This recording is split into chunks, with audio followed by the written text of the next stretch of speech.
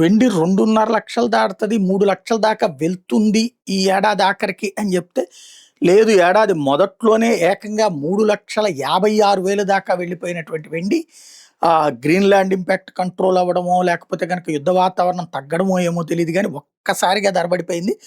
Kilo వెండి ఢిల్లీలో 3,30,100కి చేరింది. 3,61,000 నుంచి 3,30,100కి, అంటే ఏకంగా 30,000 పడింది అనమాట. హైదరాబాద్లో కిలో వెండి మాత్రం 3,45,100 ఉంది. నిన్న 3,45,000 నుంచి ఒక 100 పెరిగింది అనమాట. చెన్నైలో కిలో వెండి 3,45,100 ఉంది. బెంగళూరులో 3,30,100 రూపాయలు సాగుతుంది అనమాట. అదే సమయంలో బంగారం మాత్రం మళ్ళీ భారీగానే పెరుగుతూ ఉంది.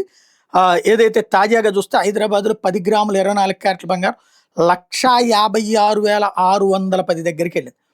అదే సందర్భంలో నిన్న 1,56,600 అయితే ఇంకో 10 రూపాయలు వెళ్ళింది అనమాట.